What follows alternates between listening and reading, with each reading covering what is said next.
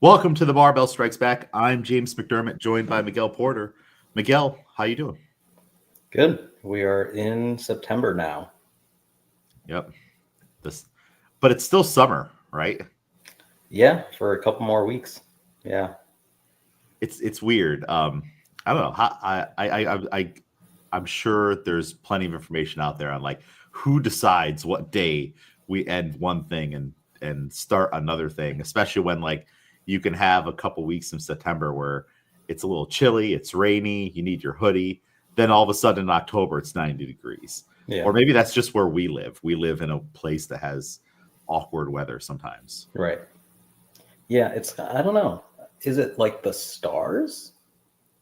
It's got to be something. Because I'm thinking like what summer solstice isn't until like well into what we consider summer, but yeah, I don't know.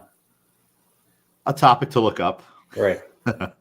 Something that we're not well versed on, but I was thinking about it. I'm like, well, just in general, like who decides what everyone decide? Like we have so many things, and it's like, well, who? When was the first time we started to do this?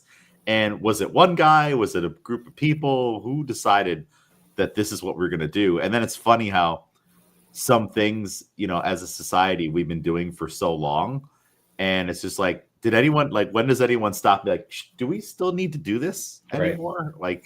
Like I was thinking about that, like with like holidays, it's like, okay, like some of like the more obscure ones or not obscure, but like little ones, like Halloween. It's like, how long do we need to keep doing that? Right. And why are we doing that with the trick or treating and stuff? Like, when did that start? Is it corporations and they sell a lot of candy and it's commercialism and stuff like that? Because I think a lot of holidays are commercially based. It's around, for sure. Yeah. Companies started them to get you to go buy stuff. So it's like, how long do we have to keep participating in this? And what will be the generation that kind of lets the nostalgia go by? Right. I think it's coming. Do you think it's coming when eventually it'll be like, yeah, no one's trick or treating really anymore. It got dangerous. It got weird. Everyone's over it. To a degree, I think the commercial aspect of it is always going to stay, but I think it might shift where it's like, I get the whole like trick or treating things, and I don't know if kids are really like going out as much, but I think it just shifts to something else. Because again, they need people to buy candy. They need people to get dressed up. I would even say because as adults, like, especially in like college and even now, like people my age are doing like parties and stuff. Even if it's like middle of the week, it's like a good little something just to like get a little break. Because that kind of fall area, there's not many like federal you get the day off holidays. So it's like a little bit of like, okay, a little break here, a little fun in the middle. But yeah, I think the corporations wise, it's like, that's always going to stay. People need to be buying things during this time. Yeah. And I mean, the Halloween candy, I think, is out now or something, or it was out in August. Probably. So it just keeps getting earlier and earlier. But yeah, I don't know. It seems like we could get rid of a lot of them, right, and just maybe keep the big ones and tweak them a bit. But yeah, interesting. So let's talk about coaching and training. The first topic I had in my head was just approaching coaching and working with new athletes, because we've had a bunch of new people join the gym, and I'll admit, anytime I know there's someone like new coming to class, you feel like a little nervous. Like there's a new pair of eyes in the room. Do you ever feel like that when there's someone new or a name you haven't seen before, maybe even a couple of them? Do you get a little nervous when you see new athletes? It depends. Honestly, I feel like I get a good amount of drop-ins on Sundays. Mm-hmm. So I always get the like email notification first that like somebody's dropping into class. And then I guess the only thing is, because of Sundays can sometimes be weird with attendance. I think from what I've been watching, like it seems like we've had a steady climb in attendance overall the past like month or so. But that would be my main thing of like, oh, I hope they're other people in class while they're there. Yeah. But I don't know. I kind of see it as like a cool opportunity to have like a fresh start. Because again, like I don't know. So I think that it's a little bit different with like new athletes and drop-ins. Drop-ins, I always feel like one, they tend to show up to class a lot earlier. So I get to have like more time to talk to them and figure out what they need, how comfortable they are with everything, and kind of set up a plan that way. Newer athletes, sometimes you have to figure out on the fly, if you've never seen them in class before, and just figure out like how they move, starting from like the warm up all the way through the WOD, and try to create a plan that way. But I don't know if I would say like nervous per se. Yeah. Yeah, I don't know. I always get like a little like maybe not with drop-ins. Like with drop-ins, it's kind of like, all right, like I'm aiming to impress. Like I want you to go home to your gym and be like, man, I got to get back to Albany CrossFit or something like that, you know.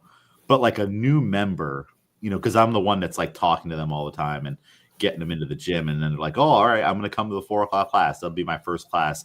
It's kind of like, okay, oh, well then I'm going to be your first impression. Yeah. As a new member, you know, and I don't know anything about you. I don't know if you're cool yet, you know. I don't know if you're gonna like listen. Oh, that would suck if you're like not a cool person or something like that, you know, because that happens every now and then. Like we have all kinds of personalities that join the gym. So like I just have all these things that I'm thinking about, you know. And then like, all right, will they mesh well with the group? Luckily at our gym, everyone's always super friendly, and that I know of, and talks to the new people and introduces themselves. I think that's a big strong point for our gym, where current members will see someone new in class and say, "Hey, my name is such and such." You know, oh, okay, you're a new member. Welcome. You know, and then they'll also talk up like the coaching staff and stuff like that. Yeah. I don't know if you've ever heard that. Like that's always cool when like a new person comes in and you'll hear like someone say, "Oh, well, you're gonna love this class. Miguel's great. He always takes care of me." Things like that. So those little things help, but that it's always in the back of my mind. I'm like, all right, I hope this goes well, because it's kind of a job interview, right? Right. It's like, all right, like they're coming in. Maybe they're just trying class. Maybe they just purchased a membership, which means they just spent all this money, and like I need to like kill it like I always do, or put in that effort. But it's like it just feels different than like, all right, Yeah. it's the same peeps coming in. Let's do our thing, kind of a deal. Not that it's any less, but it's just that new face in the crowd, you know. So that's what I always feel with it. And I do find it helpful though with kind of integrating them in the class. If you can talk to them in advance and just kind of see like what their experience is, do they have any limitations? Because those are tough things to kind of, like you said, learn on the fly. But it does happen. Sometimes people will walk in, or they just sign up and they show up after the whiteboard brief. That's tough too. Yeah. You know, ideally, if a brand new person coming in would be early, because that way you can talk to them. All right, well, hey, give them a heads up. You know, like we just had a new member join the gym, and luckily I talked to her on the phone and I learned her history. Awesome. That helps me a lot. And she told me the day she's coming in. Okay, I already know in my head how I'm going to scale her and what we need to do. And then she came in like 10 minutes early, and I was like, this is amazing, because then I essentially was able to like give her the whiteboard brief very briefly before everyone else, and like give her a station in the room. Hey, let's get this thing, because instead of doing squats, you're going to do this, and just get her set up a little bit more in advance. And that helped it go really, really smoothly, you know? Yeah. So getting that lead time really, really helps. And then I would say, kind of like what you were mentioning, warm up all the way through the end of class, coach them the same, right? Like treat them just like everybody else. Like you don't have to walk on eggshells or treat them any different, or give them like too much extra attention. because you still need to coach the people that have been there for years. You don't know if this person's going to last a week, a month, and then or never come in again. So it's like, give them just enough, don't overwhelm them, and make sure that they're happy and safe and doing things correctly, and then still coach up the rest of your class. Because I don't know, I think that but by doing that, you keep the energy higher, versus if you were just in with just the new people and you're neglecting your like mainstay people who have been there for years. I think that can bring the energy down in the room a little bit. Yeah, what do you think? For sure.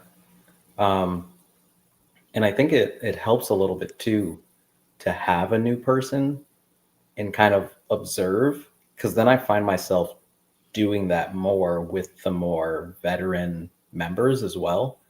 Whereas if it was a class of just people that I know, I see them every week on Sunday, and I go, okay, that's how they move, that's how they do this, and I just expect that. When you're looking at someone new and you're going, okay, how are they moving and what does this mean?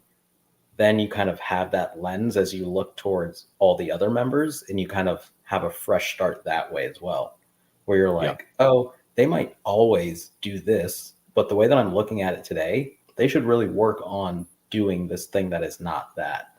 And let's see if today, if me giving them the prompt to fix that or change that in a way actually connects. Yeah. So do you mean like, all right, hey, everybody, jump up on the pull-up bar. We're going to hang there for 10 seconds.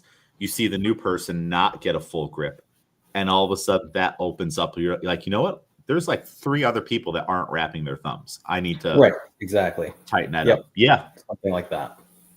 Yeah. They become kind of like a highlighter. And they might even prompt you to speak even more concisely.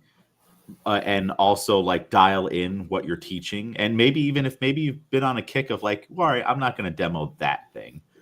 Then you're like, wait a minute, I have to demo that thing. They don't know that thing. So it kind of like gives you an opportunity to like maybe check yourself. Ooh, I've been neglecting demoing the Spider-Man lunge, or even like correcting it. It's just one of those things like, let's get through it and whatnot. But now I have to demo it, and then I see they're doing it wrong. So, and then I look over and I'm like, hey, Bob, you gotta keep your foot flat, because it just like it highlights things. They become like a highlighter. Yeah. And I think like we use Mike as an example a lot of like sometimes scaling up and like an example of like RX or whatever. But I think like I was reading up on relative intensity. And there are days when Mike comes in, maybe he's a little bit more beat up. And again, like using that same lens of like, if I didn't know Mike and I saw how he was moving this today, would I tell him to go up to that RX weight, or would I tell him to scale it down a little bit just based on how he's moving today? Not the like Mike that I know overall, but like today, is it a better choice for him to maybe scale that weight down a little bit more? So yeah, I think that helps when I have like drop-ins and newer people that I'm having for the first time, because yeah, it allows me to look at everyone as like, it's everyone's first day. Now, how will I run this class? Yeah. And I try to, when new people join the gym and I'm having my conversations with them either on the phone or through text, I always like really try to give them a heads up. I'm like, hey, you're going to get feedback.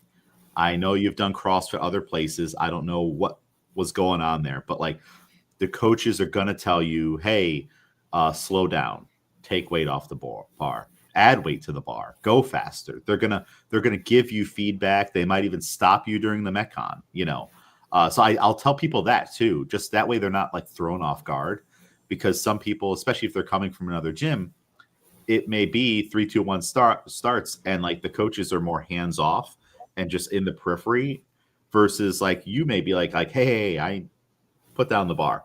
Like you need to fix this. You need to flatten that back. And like, all right, hey, you know what? I'm going to take weight off your bar. When you come back through, we're going to have it a little lighter, and I need that back flat. Like we're going to do that at this gym. And that could make someone mad. If they're like, maybe they have prior experience and like they've never been in a gym or had a coach that was willing to do that. I try to give them those heads up, like here are the expectations. And then if it's a new person, it depends on the level of the new person, but not not to like, I guess, flexing like your authority is like not the word I'm looking for or the phrase I'm looking for, but just like let them know that like, hey, that's true and I mean business. Kind of Yeah. like Yeah. give them corrections, like let them know, hey, this is how we do it here or something. I'm drawing a blank on like an example. Yeah, I guess like if I tell them something and then they stop doing it, just to like, hey, no, I need you to do this, like, or hey, like to maybe they're not wrapping their thumbs when they jump up on the pull-up bar, and then they fix it, and then the next time around, I'm looking for that. I'm gonna make sure that I come back and like that they keep complying, so to say, Yeah. as to what Yeah. we're doing. Even like little things like, hey, put your barbell here, do this, do that, where we're putting things. Because, some places they'll just say, hey, get your stuff. And it Yeah. ends up being every which way. And you've experienced that, Mhm. within the last few months. So it's like some people, they don't know. So like, let's say if you told everyone to put their rower on this line and you see that rower's 5 feet off, like, hey, new person, Yeah. move it up, just and you're still treating them the same way you would treat everyone else in the group, because no doubt they'll hear you say that to someone else like later. Hey, Boris, why is your box over here? I said put the box right here. So Yeah. It's like it's funny, like they had those memes coming out. They were like videos during around like COVID time, and it would be like a prank setup. So there would be like a guy at the bottom of the escalator and somebody coming down, and like their mask would be like barely covering their nose. And he would have like a baton and start like hitting them and like yelling to put their mask over their nose. And then you'd see the other people coming down the escalator with theirs like not up all the way. And you see them like quickly like fix theirs. And yeah, I mean, like a funny example of it, but I feel like class can be almost that way as well, where it's like the newer person is also looking at how other people in class are responding to your yeah, prompts. And sometimes it's good to have like a model person of like, follow what they're doing. They're doing the correct thing. Or even like, hey, this person is a regular here and they're not doing what I say, so I'm going to correct them. And now they yeah, see that and they go, oh, okay, everybody gets corrected here. yeah, yeah, yeah, exactly. Sometimes you have to make an example of someone in Yeah. the room who starts acting out of line, and that's funny. Like we have had like new members join the gym, and like the energy is like everyone's excited, like especially if it's maybe a couple people or something like that. So you see like the current members kind of like start to forget themselves a little bit, Yeah. on and or this or that. So yeah, that's good. And then giving them tools in advance if you can, like if they come in early or you're able to talk to them, and then just see how they move. Yeah. Like give them a chance to get a couple air squats in, and then go in and make adjustments and see how they move, and ask questions. That's also like if it's someone who like they told me, all right, I've never done cross before, they're fresh out of on ramp. I'm asking questions and taking in that information in a different way versus if they've been doing CrossFit for X amount of time and they're coming from a different gym, they just moved into town. Then I might ask like, so why do you do it that way? Oh, okay. Well, hey, how about we try it? Let's try it this way. Does that feel better, worse? All right, maybe somewhere's in the middle. Because the people that have done CrossFit, they've been told it's kind of like you go to one doctor and they told you, well, this is what you got to do. Then you go to the next doctor and they're like, no, that doctor was wrong. Now you got to do Right. this. And you're like, well, why was I even going to any doctor in the first place if they're all going to say that one before them is wrong? Yeah. Because that could kind of deflate someone on just doing the whole thing in general. And I myself, I've had that experience where I've gone through like the ringer on doctor after doctor for the same issue, just to have the next one badmouth the one before, and they're like, Right. all right, those meds, everything they told you to do, that was dumb. We shouldn't have done that. And I'm like, okay, I paid money for that, and I like this Right. is a whole thing. So it's like, never try to badmouth another coach or another gym or anything like that. It's just ask questions. Hey, why do you do that way? Oh, all right, interesting, cool. That's how they do it out in Australia. Well, hey, how about you try it this way? Do this Yeah. angle, and then they're like, oh, you know what? That actually feels a little better. Like, so it's just a good way to go about it without like damaging their whole perception of CrossFit and Right. their past relationships. And also that might make them feel a certain way about you, where like they come in and like, oh, Miguel's saying that Yeah. those people I spent 10 years with were wrong and blah, blah, blah. And like, I don't know. That's just not the best way to go about it. But so yeah, new people in class. It's a lot of fun. You know, it's you get to see new things. It wakes you up a little bit. It keeps you sharp, you know. Yeah, for sure. Especially the more often it happens, because you gotta like kind of like back when we used to have 20 to 30 person on ramps and they would last a month. Well, at the end of every month you would have this large influx of new faces. So like you were always just like having to be sharp, because that was like like you might have 6 new people at the 5 o'clock class all of a sudden with your established members, and you have to make sure that everybody now is putting their boxes in the same spot, and like they are all like they've gotten the ropes and on ramp, but now coming out into the gen pop is a little bit different. Yep. Yeah. Do you remember your experience when you were coming on an on ramp and you were new in class? Any challenges? Any ways that made it easier? I do believe that when I started going to classes, I went in the morning, which were a little less busy. Mm-hmm.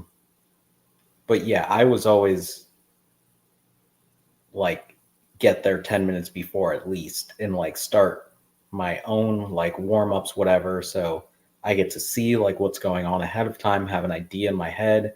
And then, yeah, maybe like Murph would come and talk to me about this or that. But yeah. And then, yeah, moving on to like the 5 o'clock class, I was a little bit more, I had more classes under my belt, but that it was a more busy class. But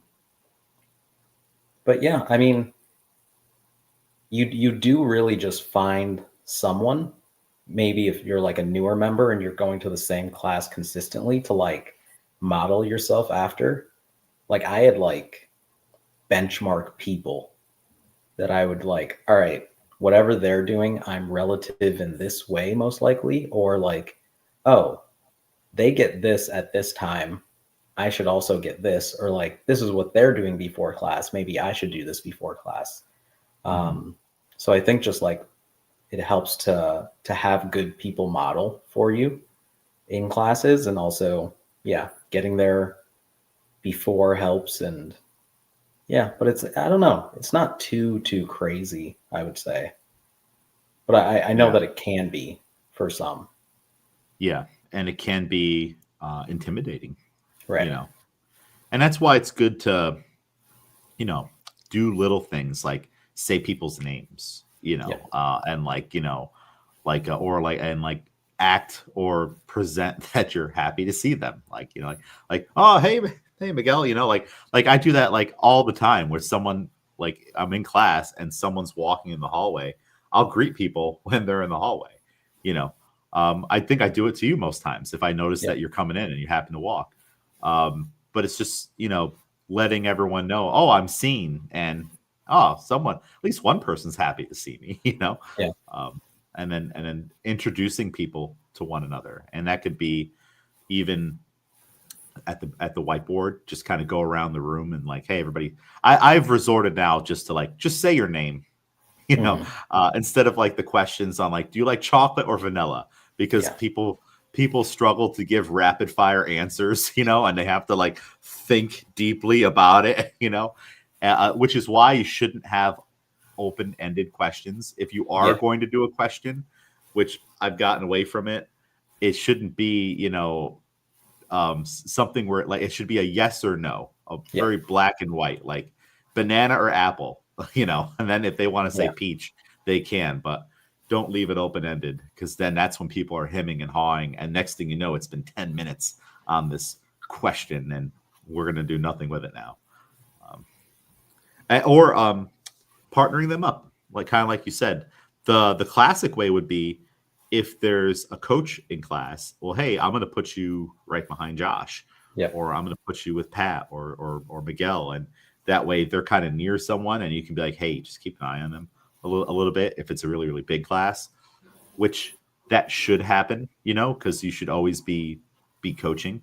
If you're a coach in class, when you finish the workout, you got to like take it in, and then you should be like cheering people, like you should be like going around, be like, come on, let's go, and things like that. Yeah. That's something that I still try to do. I know Murph will do that a lot, where we'll be in the workout and we'll yell across the room to other people. Yeah. I wasn't doing burpees yesterday in the WOD. I was on my bike, which means I can just see everybody, and I'll be Right. like, you should go faster on those burpees that I'm not doing. Yeah. So it's like just being vocal in class, because if you put on like your blinders and whatnot, it's like, well, you could help still, Yeah, for sure. in that way. Do you do that at all? Like when you're in the class, like will you like turn around and be like, hey Maria, pick up that bar or something, or do you just kind of like just hit the workout? I do it my style though, where like Mhm. soft bullying, but for you to do the right thing. Uh-huh. Where I'm like, hey, he said to put our weights on like 2 minutes ago. Can you guys hurry up and do that, please? Like Yeah. that's more my thing of like, all right, guys, let's start moving. Okay. It's more stuff Yeah. like that. But yeah, for sure. That's a big pet peeve of mine. And like you don't realize like how bad it is until you're in the class and you're like, And you see the minutes ticking and you're yeah, like, oh and my gosh. you're like, Miguel said to grab a PVC pipe. I got mine in 2 seconds and I'm back here. What are you doing? What is happening? I want to work out. I don't want to stand here with my PVC pipe. And then, and then it's like just being a little backup for the coach, because Yeah. we've all been involved in that situation. That they're just like, you guys better get those boxes. I don't know. I don't know why you're carrying one plate at a time, or things like that. So we all know that pain. So that's why it's good just to kind of give people those prompts. And I did try it in a few classes, and I not that I got away from it. I just forgot that I wanted to keep doing it. I'm like, all right, you're going to get your first weight on the bar. You've got 40 seconds to grab those plates, beep, and start it up.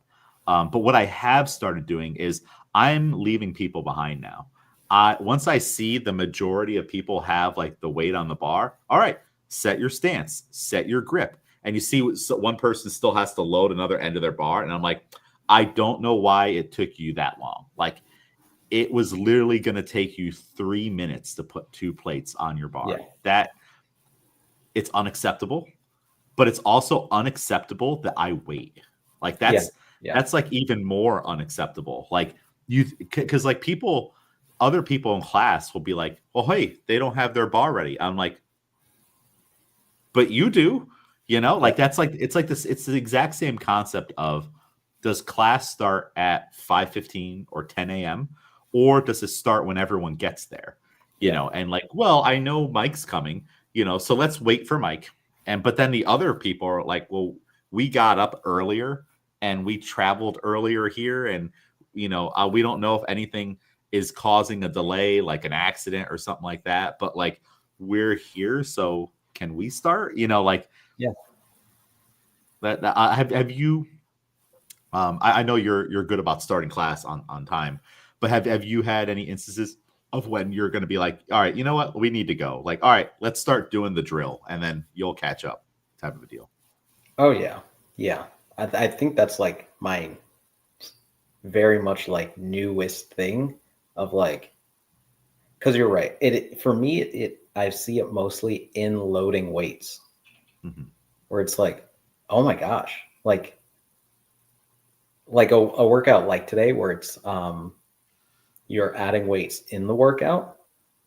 For me, like a workout like that isn't an issue, because I'm just, even if I'm using clips, like that's a quick throw it off, grab your next weight, throw it on. Not like okay, I'm going to walk over, I'm going to slowly take off this clip, then I'm going to change the weight one side. Like I'm like pit crew with it. Yeah. And even just like, okay, adding weight doesn't mean this is a time to check your phone or this or that. And yeah, I will just start. If your clip on the other side isn't on, and I can already tell that you're going to struggle to get the clip all the way flush, I'm going to just tell you to start. And that should be like, okay, the weight's already on. I'm just doing deadlift setup right now. I don't need to be fully there. And deadlift's something where I might say, all right, don't worry about the clips. We're just building up now. You don't need the clips. Yeah, it's it's a challenge for sure. And I've thought about doing this like, all right, just like either demoing, like, all right, I'm gonna change the weight on this bar. Boom, boom. How long did that take? Good. Some of you are gonna want to take 5 times longer than that. You know, I'm gonna give it took me 20 seconds. I'm gonna give you guys 1 minute to get this freaking weight on the bar, you know, and then stand behind it. And getting your weight on the bar doesn't mean when I say go to beeline it to the hallway to go check something in your bag. It's like, no, put the weight on the bar, you know, because we're moving on to the next step. And I'll do the Miguel soft bullying then, like where it's like I'll tell people, all right, put your first warm up weight on the bar, and we're gonna do this set together. And I'll see Art. I love Art to death, but he does this, and he just starts walking to the hallway, and I'm like, where are you going? Unless you're going next door to get plates over there because there's a bottleneck at the plates in here, you are walking the wrong way. Yeah. I also give like arbitrary times. So I love saying like you have 34 seconds. Because for them, first off, they get thrown off by 34 and they're like, how are you even gonna? But I'm pretty good with counting those numbers, especially if there's music on. I usually like know from music that I'm like, okay, 42 seconds, and I'll fully be on it. And I feel like that helps them move a little bit quicker too, giving them a weird time that they're like, what? That's very specific. Yep. I think on a workout like you had today, where the weight increases round to round or set to set, I think something cool to do would be, because there's different strategies, right? Like there's like, okay, this half of the room is going to hold a plank while that half of the room goes and gets their weights and loads it. Then we switch. You should move with a sense of urgency because they're in a plank and you're trying to get them out of it. Another thing would be to be like, okay, we're going to do a practice loading, you know, and like when I say 3, 2, 1, go, you're going to load your second weight on the bar and look at the clock. And you should be moving with a sense of urgency. You're like your own little pit crew, like you said. 3, 2, 1, go, and practice it. And then you can look around and be like, that's taking way too long. Or you might even see too, whoa, why are you loading it like that? Like you might see like people do weird things, like where they're standing and trying to pull the weight off the bar, you know, and then you could maybe like, hey, everybody, look at this. If I stand with my feet straddling the bar and I pull in towards me, that's easier than trying to push the weight forward with your shoulder and hand from the other way. Like, so like teaching little things like that. And sometimes that is something that we forget, especially with a gym that has people that have been, quote, doing it for so long. You can forget, like, you know what? Let me just remind all you guys the best way to load the bar. And let me remind you guys of this or that, you know, because they do forget, you know, because like we're the ones that we're in it all the time. Right. And like we're hyper aware of it versus, all right, such and such has a big work project going on and they haven't been told how to do this in a while. And actually the workouts they've been coming into, they haven't hit a barbell workout in like 4 weeks, you know, like, because like it can happen like that with just the programming and people's schedules. And now all of a sudden they're like, what do I do again here? And like, he wants me to switch to the next biggest plate, but it's easier for me just to throw on more tens. Like though, like they forget. So just like let them know your standards, and it takes just 2 seconds to show little things like that, just in case. Yeah.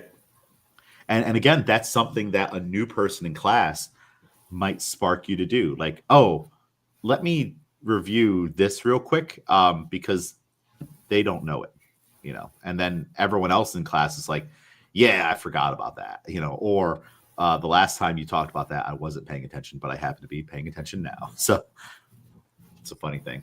Yeah. Yeah. And that'll just help you with the whole class. Like we're trying to as a group move through this together. And it's a challenge, keeping everybody on the same page and even having everyone finish at like times or around the same time with the intended stimulus. Last week I had a really good string of workouts where pretty much everybody was hitting the intended stimulus. And then like it's funny how like when everybody does exactly what you say, you start to be like, well, why? What's going on now? Like it Yeah. kind of like throws you off a little bit. Like, wait a minute, what? Like, like, what do you guys know that I don't know? You guys are all being nice to me now and listening to everything that I'm saying. What's going on? So it was like one of those weeks where I got like deep into the week, and I'm like, wow, every class, everyone's been doing exactly what I've been saying, and I'm like, well, what's going on here? Like, it's funny, like that shouldn't be like a red flag, Yeah. but it is. It's like, oh, like, all right, maybe I'm just doing a good job, and Right. they're also complying, but like, I don't know why it pops them in a red flag. I'm like that's something that pops out. It's like, well, why are you being nice to me now? What's your end game? What do you people want? Yeah. For me, it's like reverse engineering, because I'm like, oh yeah, everyone hit it like really well today. What did I say? And at what point, like what verbiage did I use today that I might not have used in other classes? Or like when I reiterated it at this point, I said it differently. And somebody said, wait, what? And I was like, yeah, that's the same thing that I said at the beginning. I just said it slightly differently.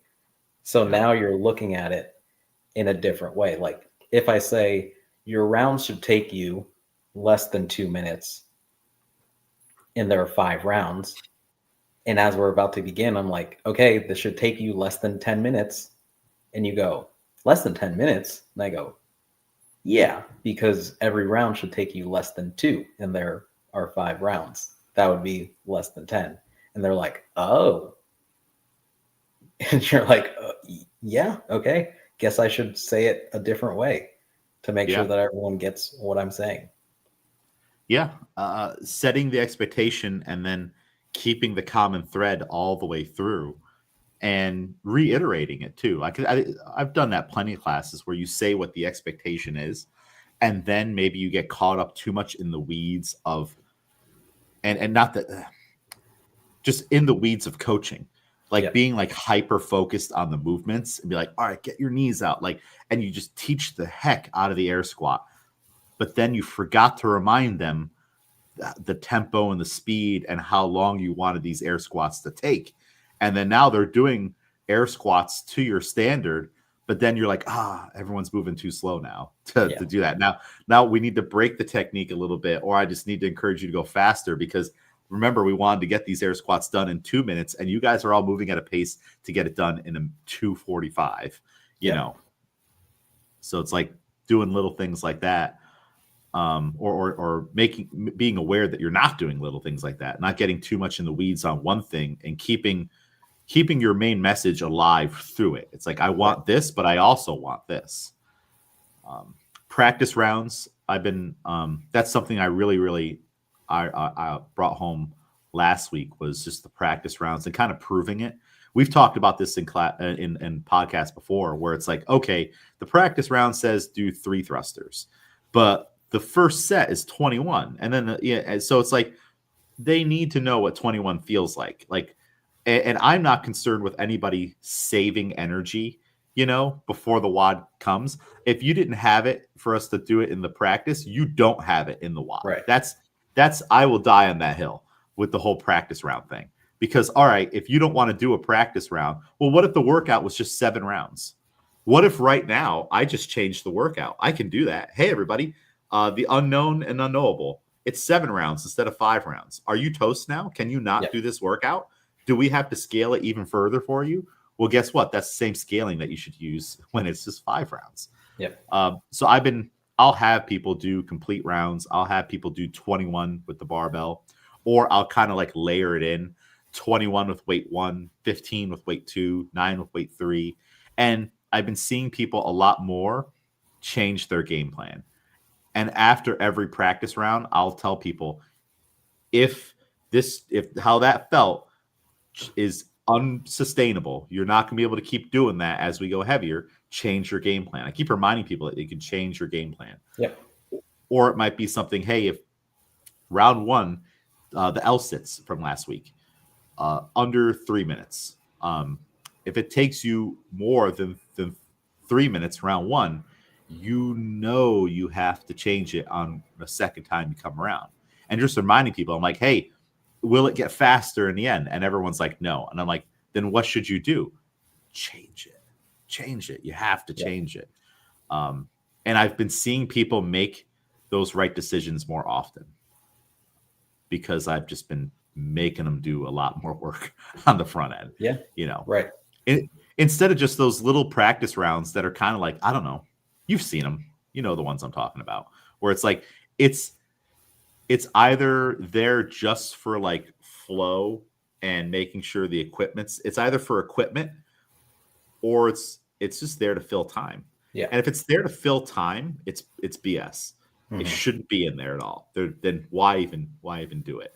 I understand it for the flow of the equipment, but you could have people just walk back and forth and through that. Why would I have you do 3 thrusters that you're going to learn nothing about those 3 thrusters? And I don't even have time to see everyone do those 3 thrusters, unless I have everyone do the practice round one at a time. You're only going to see so many people do it. The rate you do 3 thrusters at is vastly different than the person next to you. I'm like, well, Miguel's already done. Great. Right. He's done with the whole practice round. And then everyone else is still doing whatnot. So it's like, what am I going to tell them? Go even faster. Go that fast during the workout. Yeah. I don't know. So little things like that have been helping. Timing components too. I did that on the Friday workout with the lunges and the sit-ups and the box jumps, where we did. So this was like my way of, instead of having them, it was a 10-minute AMRAP of 20 walking lunges, 15 ab mat sit-ups, 10 box jumps to a 24 or 20-inch box. And we wanted 5+ rounds, which if you're going to get 5 rounds, 10-minute AMRAP, like you said, that's 2 minutes a round. And they actually said 5 to 9 rounds. And I'm like, well, yeah, you could get around pretty close to around a minute on this one if you're moving. And you got 7 rounds on that thing. Yeah. What I had people do is like, hey, I'm going to say 3, 2, 1, go. And you're going to do 20 walking lunges. And you're doing 2 things. You're going to, when you're done, look at the clock. How long did it take you to do 20 walking lunges at a pace where there's some urgency on it? And then I also want you to kind of like space and time it out, that on your return, you're going to end up where your ab mat is, on like the stride length and how many lunges you do out versus how many lunges you do back. We want to finish by the ab mat. That way you can go right down and get onto those 15 ab mat sit-ups. And I did the same thing for all the components. And then we put it all together at the end. And people, then it's almost like one of those things where it's like we get into the workout and like I'm looking for things to fix. And I'm like, well, why are you all doing it the right way now? Why are you all doing it? Why are you all doing it the way I asked you to do it? And it's like, now I'm just kind of walking around, like encouraging people to go faster and like fixing things on the box jump. But you're doing exactly what I told you in terms of speed and tempo and everything. So that's nice. But that's just a different strategy. Like each component, look at the clock. All right, if it took you 30 seconds on the lunges, 30 seconds on the sit-ups, 30 seconds on the box jumps, that's 90 seconds. We'll put it all together. In the heat of the moment, you might go a little faster, or at the very least, if we can stay around that time, you can get around less than 2 minutes. We can maybe aim for that 6th round, maybe even 7 rounds, or at the very, very least, maintain the 5. Right. What tricks and strategies have you done, if any, on like practice rounds or taking people through sets that they should learn how this is going to affect them in the workout. Yeah, I think like today, for example, it was using, I think this was actually a good practice round that they had in the way that it was a build up. So you had 5 different weights for the WOD. The practice rounds were essentially doing a smaller amount of reps, but increasing the weight each time. Mm-hmm. And it was decreasing reps similar to the workout as well. But I kind of I only had them do 3 of those build-up sets, but I kept the reps higher and I kept that number consistent. Mm-hmm. So like by the time they got to what they would use for the 9s, I was still having them do like 5, 6 reps at each, and looking at it and looking at them and going, okay, did that look like you could do that set unbroken if it was the full 12? Then no. So that's not your weight. Simple as that. Yeah. And things like that. Like people love to test things, which I guess is fine, to like see if you can do it RX or closer to whatever. But yeah, I would say like today's buildup was enough to have anyone who started out too heavy to go all the way back down. Yeah. Because again, like this is your first weight. I think it would be different if it was like build up to the first weight of the workout. People kind of go like, oh, I'll figure it out by the time I get to like the workout. But putting your first and lightest weight on and kind of getting humbled that way was enough to kind of drop some people down. But yeah, I typically keep the reps higher than they do, than like cap gives us. I typically go higher in reps because that's usually my thing of like, some people get it, some people don't. And the people that don't need to be immediately shown that that's not the way to go. Yeah. So, yeah. Well, and with higher reps, if you, let's say the workout requires 15 push-ups, 15 thrusters, right? It's 3 rounds of 15 and 15. If you have me do 5 and 5, I know for me, normally around 5 and 6 is when I start to feel things, and 7, 8, 9, 10 start to get really hard. Yeah. And when it starts to click into my head, wouldn't it be nice to stop? You know, like if I have to do a bunch of hollow rocks for my gymnastics program, you know, I'll start to get into like a groove. And if it's sets of 10, multiple sets of 10, at around 7, I'm like, man, I want to stop right now. Right. But if you only had me doing 3 hollow rocks at a time, I have no idea that that's coming. Like I know for myself, and I'm always hyper aware of it, like when it's going to start to suck. But for a lot of people, like you said, they don't know when to expect that. So if you don't have them do the bigger set where they're going to get past that threshold of like I don't know, free reps. Like there are free reps in every set, you know, and you try to like maybe even use momentum to like get more free reps. Like if I have to do 20 hollow rocks, I'm like, all right, I really hope I can get to like 11 or 12 before this starts to like set in, and I'll like try to do them faster. I'm like trying to go back and forth, which coincidentally makes me hold tighter position too. So like I'm trying to cheat my brain by holding tighter form and going faster, which helps with overall fitness, you know. But it's just because I know when it's going to come. But if you only had me do 3 hollow rocks and we're in round 2 and that feeling keeps building up and up, and I only felt it on round 1, I'm going to stop. Right. Totally going to stop. And it's because I didn't know. And then let's say I'm someone who hasn't been doing hollow rocks all year. All of a sudden now I was going to do 5 rounds of 20. I should have been doing 5 rounds of 10 or 12. Yeah. Now we're in round 3 and I'm just breaking it up. Like I'm going to have to do 4 or 5 sets to get that 20. They don't look right, you know, but I had no idea. I'm like, yeah, hollow rocks, we're just rolling around on the floor.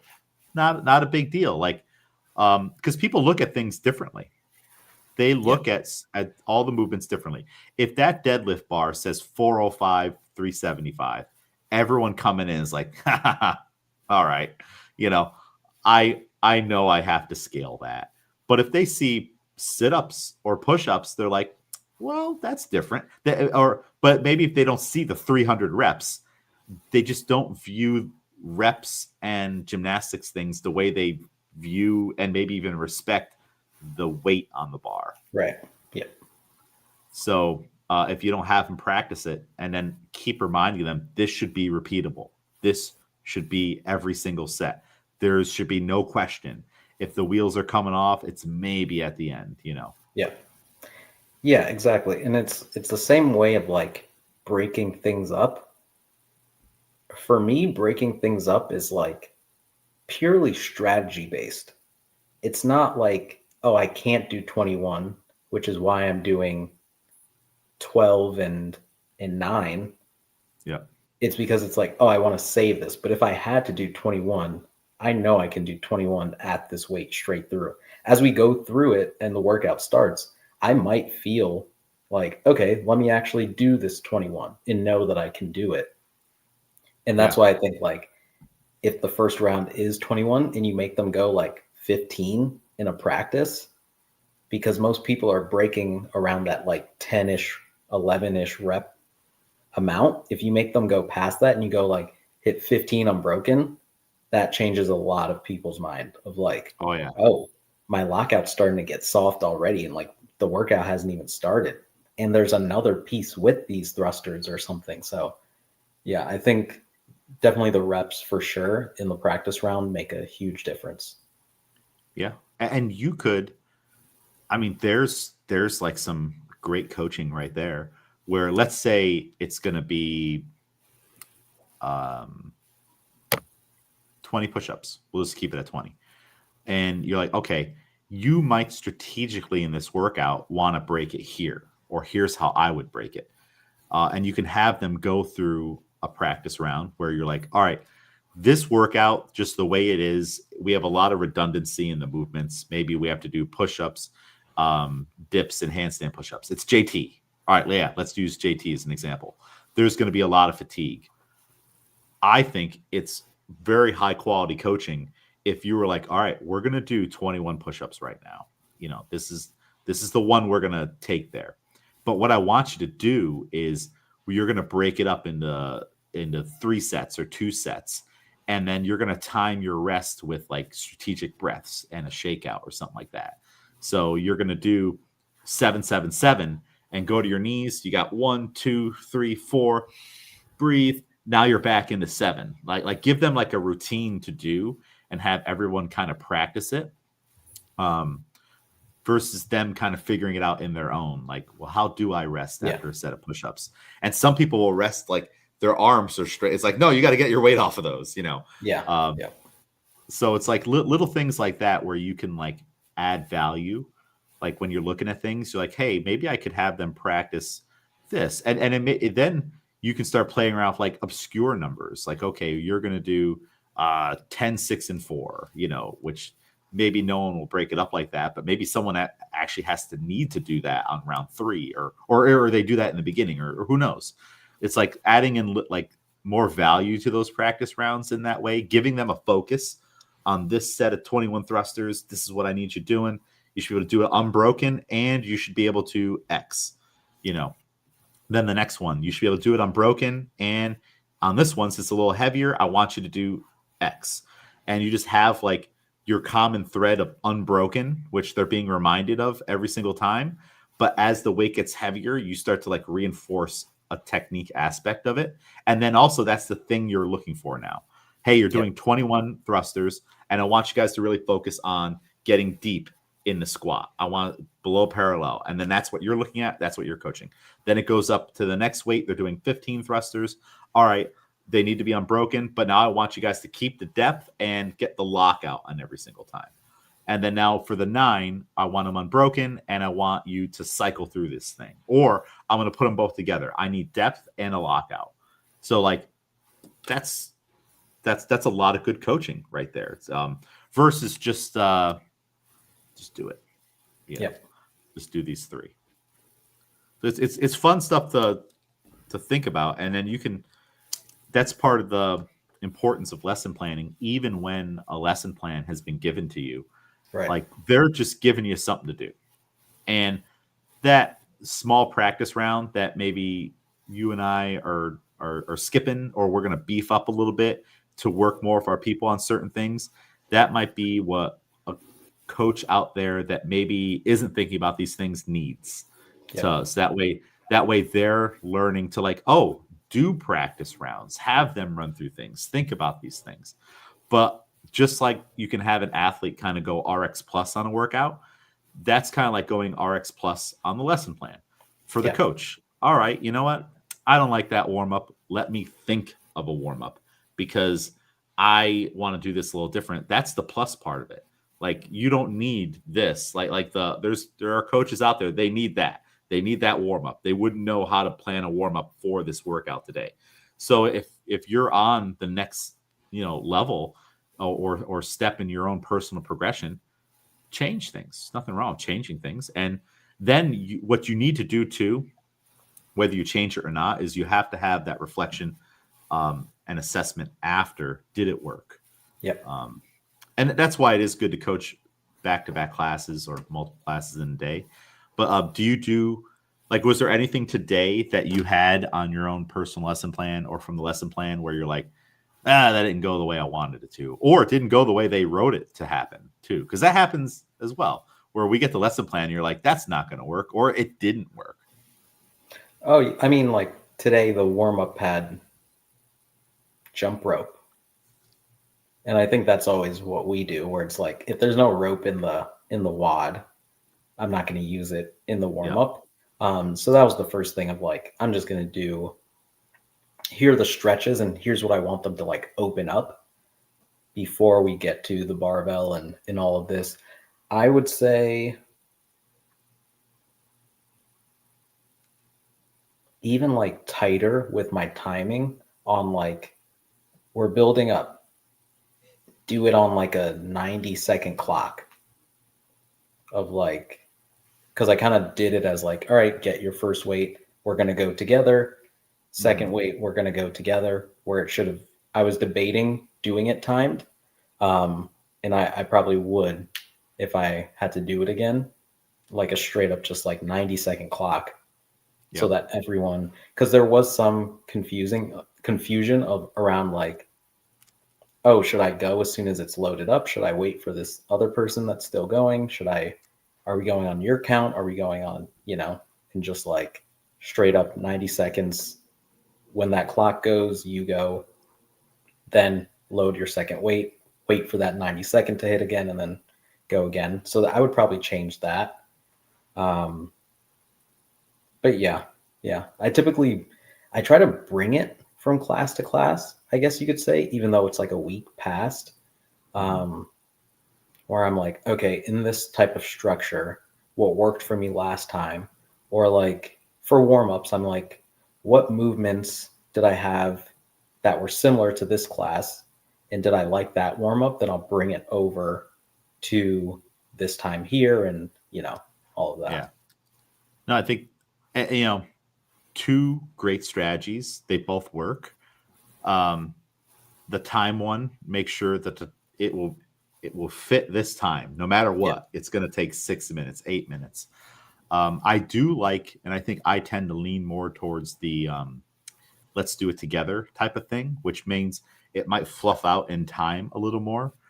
And that's when I'll have like what I'll try to do, especially like if the class is bigger, everybody come in around the plates just to make sure we're all here. You've been in my classes, I think, when I've done that before. Yeah. I'm like, here, we're going to do 3 sets. Set 1 is your lightest warm-up weight. Set 3 is going to be the weight you're using in the workout. We're going to do them together. So you're going to load your first weight on the bar and then wait, and then I'll take you through it. I know we're going from the hang, but I want to see everyone in the start position. And then I'll say deadlift it. All right, now give me 3 hang power cleans or whatever it is, So it's just on making sure everyone knows what what the plan is, what the timing will be, and then you're herding them like, get your plate on the bar or this or that, or if they're not ready, you're just going type of a deal. But the time sets, that works well too. I guess for me, it probably depends on the workout. How long, how much time do I have? Like, and like if it's a shorter workout, then I might want to have the group be not laid back, but like just that different flavor versus like that clock's going to go off every X minutes and you need to be hitting your sets. I guess it depends. A good example of it. Remember that video of Eric O'Connor, CrossFit seminar staff? His full class was on YouTube, and it still is on the CrossFit training channel, where he teaches the power clean. Right. Yep. And I think in that video, he says he was thinking about using the timer and then he didn't. And then I think he might have regretted not using the timer because it was a new gym with people he didn't know. And then you could kind of see a little bit of like where it was working. They were all doing sets together and he had that control of the group.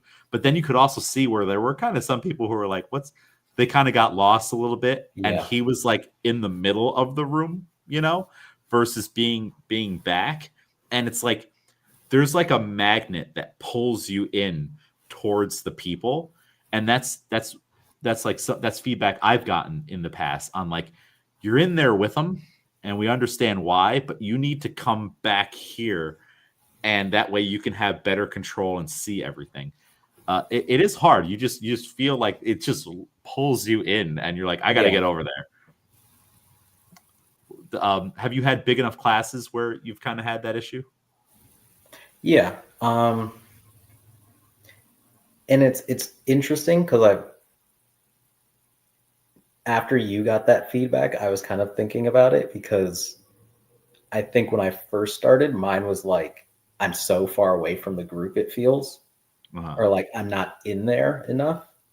I'm just giving like general, and then you want to go in so that you can give your like individualized like cueing and all of these things. But then, you do forget that if you're truly focused on the one, you do have to get back out and look at the group or make sure that you're at a point where you can see. Because what do we say? Like static, or like, you know what I mean? Like static and dynamic cues. Yeah. Like you want to look at one person directly as they're moving and then like everybody in like the positions and all of that. So you have to make sure that you're going kind of back and forth. I'm trying to like work back on that of like, make sure you return to like the top or this point so that you can see what everyone's doing specifically. And like, even if I am see out of the corner of my eye that this person is doing something weird over there, and then can kind of do that cross cueing as well. Yeah. Give 2 static cues, 1 dynamic cue.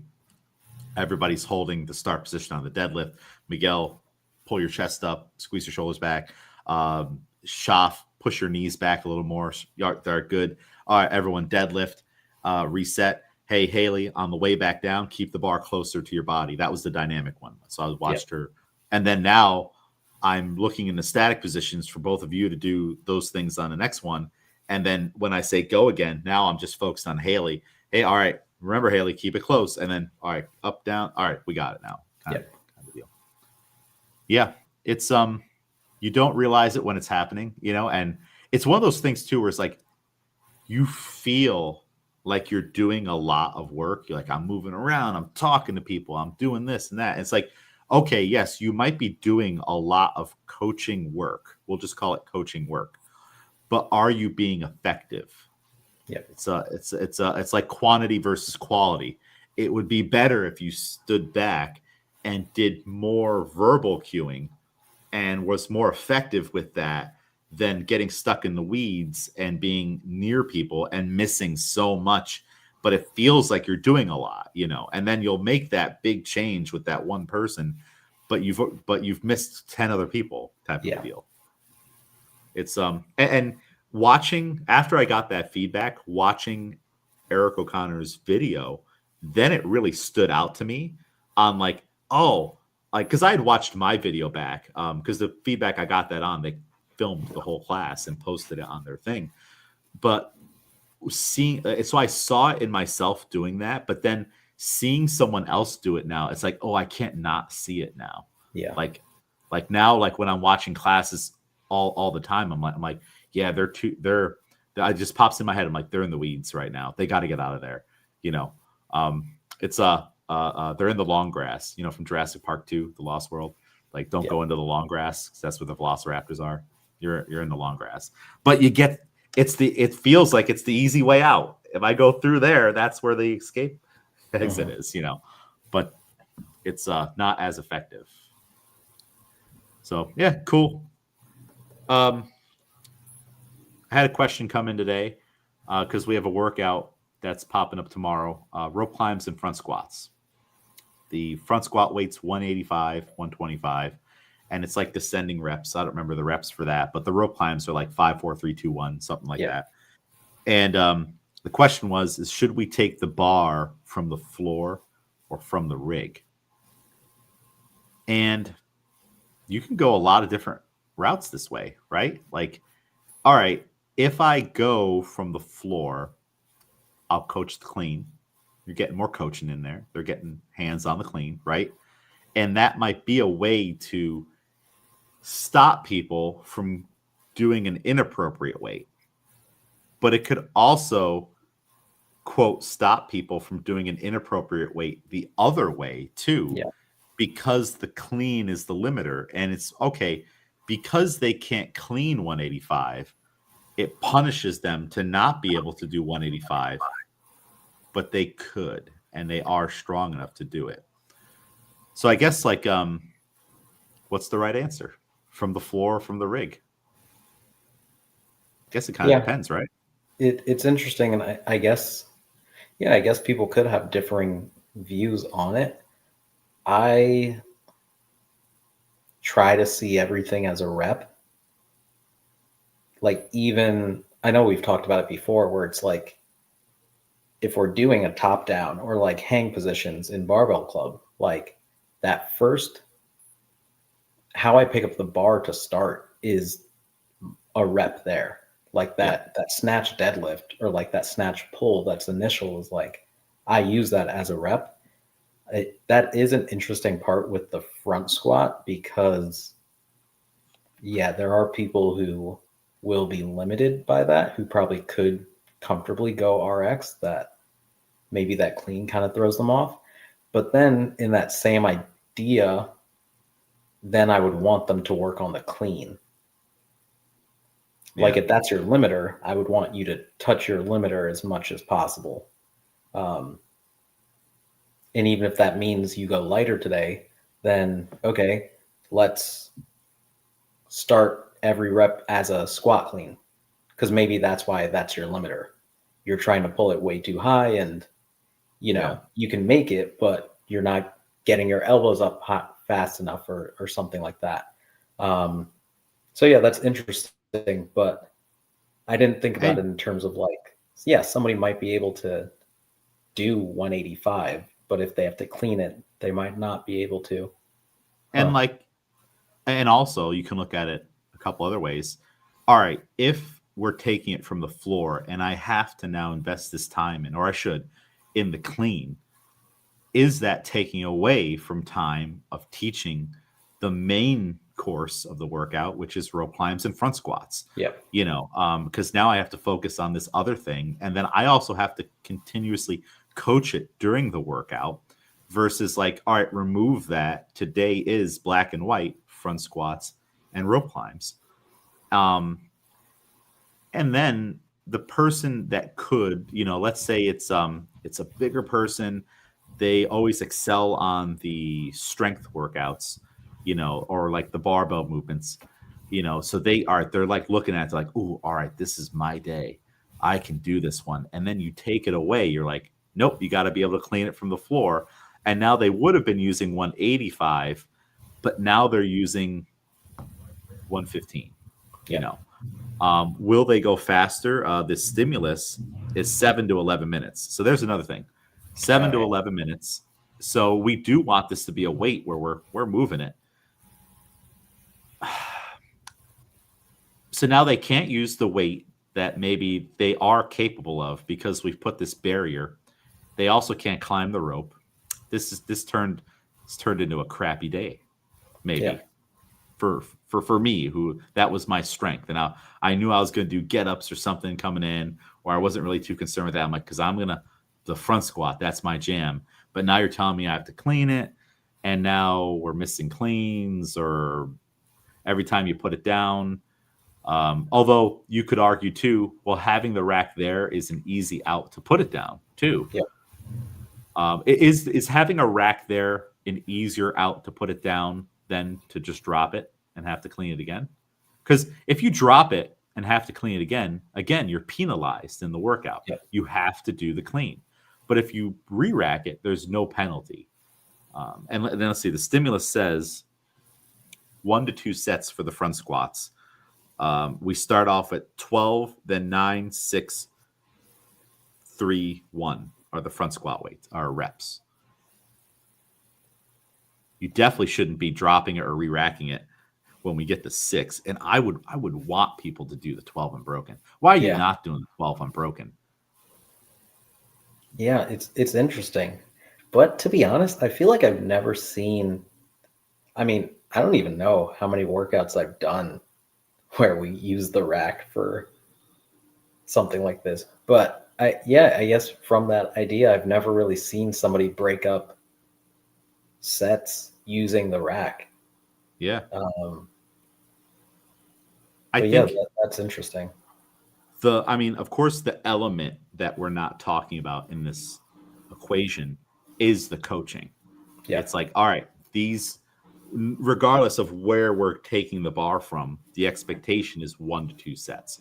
Or tomorrow, I'll be honest with you, I'm going to say they should be unbroken. Like, I think offering the 2 sets is giving everybody at the whiteboard right away the authority to break it up. And it's like, Miguel, it's 12 front squats. Yeah. Come on. You're not going to, and the weight is not that heavy. Like 185, 125. I understand it could be heavy for some people. And yes, you're coming off of 5 rope climbs, but boy, you should hold on to it, whatever weight that you decide. Yeah. So I think the build up to the final weight and the way that we do the practice rounds is definitely important. Let's see what the practice rounds even are. The build up is 1 set, 5 front squats, 1 rope climb, 5 front squats, 3. Oh, that's weird. It goes 1 set of 5 front squats, 1 rope climb, 5 front squats, 3 front squats, 1 rope climb, 3 front squats. That might be a typo. There might be a missing front squat in there between the 3 and the 5. So even reading that, I'm like, what's happening here? I'm probably going to change that a little bit. So yeah, I don't know. What do you? What would, if you were coaching this class, you would tell people, I want 2 things: unbroken, and I want the depth. Like, so the weights you're putting on, you should be getting low, which means if you are the guy that's like, oh, 185, that's in my jam. Not if by rep 7 you're squatting several inches higher, then it's not your jam. Making them take it from the floor makes it easier to skew things towards a weight where we're gonna get below parallel and keep the mechanics. I think for the majority of people, there will be people that can clean it or figure out a way to clean it. Taking it off the rack gives them license. Maybe that's not the right way to say it, but it might encourage them to go heavier and not hit the standards on the front squat. So you just have to make sure with your coaching that you're locking that in. And I think right off the bat, with the expectations, it should be unbroken and full depth with a solid front rack. Like, these are the things we're looking for today. And if you can't do that, it's too heavy. And then I need to make them do a set of 12 or 15 in this. Sets of 5, I don't think covers it. I think it covers the majority of the workout. But after 5 rope climbs, those 12 front squats, again, by the time they get to 5 or 6 is when they're going to want to put it down, or we'll start seeing big breakdowns in mechanics. Yeah.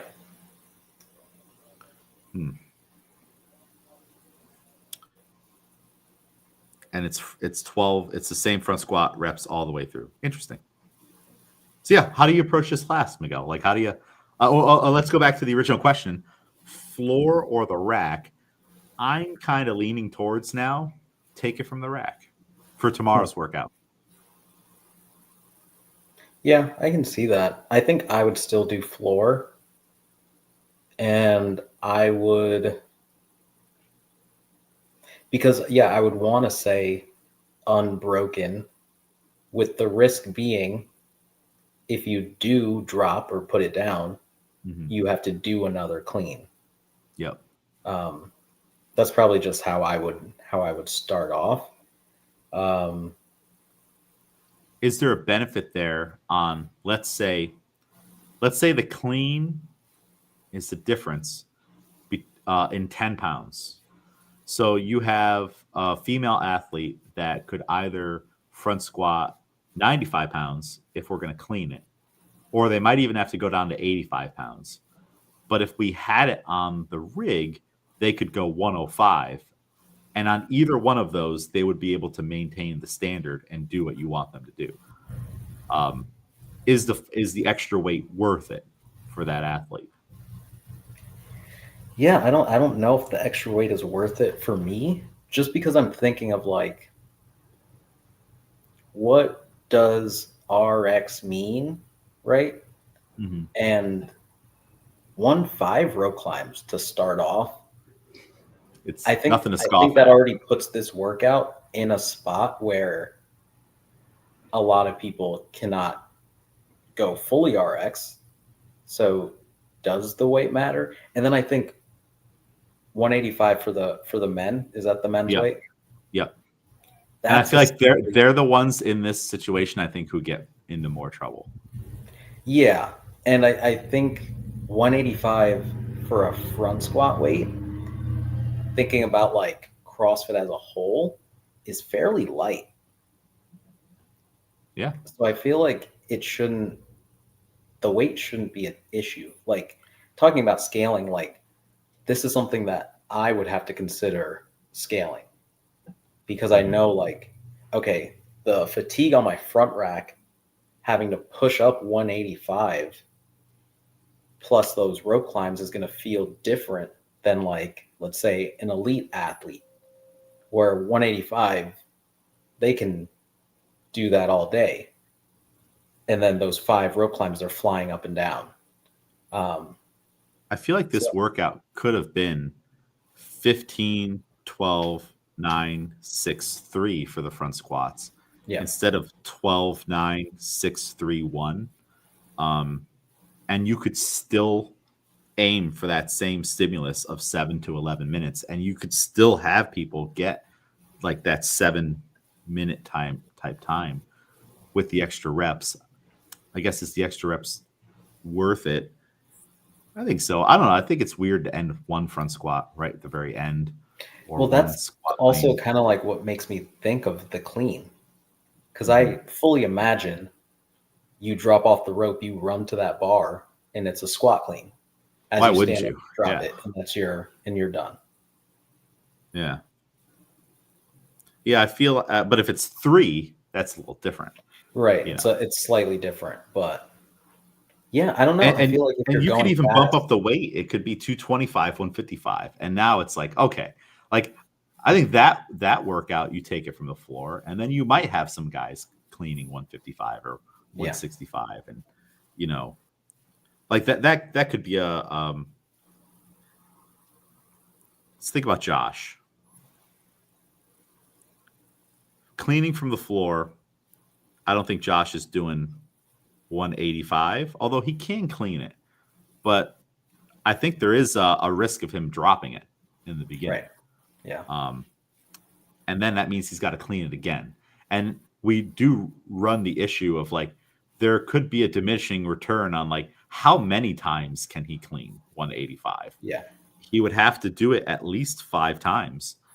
But if he drops it in the 12 and the 9, that could go up to 7 times. If he drops it during the 6, that's 8 times he's got to clean 185.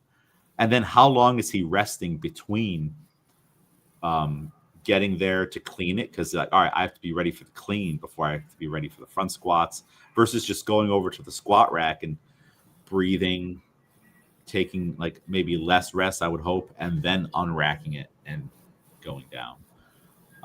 Does the clean change the front rack at all? I know you would prefer probably a clean front rack, right? Versus taking it off the rig. I mean, for me, I'm thinking that the clean makes it a faster workout. Because I know like the way that I like to get under the bar, if it's from the rack, and then stepping out from the rack, getting my breath and going, other than like walking up to the bar, putting my hands on, getting braced, and then squat clean. And then I know my feet are in my squat and I'm just squatting from there. Yeah. It's also a class logistics thing. We have X amount of squat racks. Yeah. If you had the bigger the class, I think the more of the need to take it from the floor versus the smaller class. All right, we can take it from the rig. So like there's a logistics answer to it, you know. What do you think about different classes doing different things? Does it matter? Because we're just working on individual fitness. Like if you come to my class and I have everybody take it from the floor, but then at your class in the evening, mine was in the morning, takes it off the rig, does it matter? It's one of those things where it's like it doesn't and does at the same time. Right. Like it is a different workout, but nobody will know except for like Shy. Yeah. But yeah, I guess because we don't have, at least not that I know of, not people.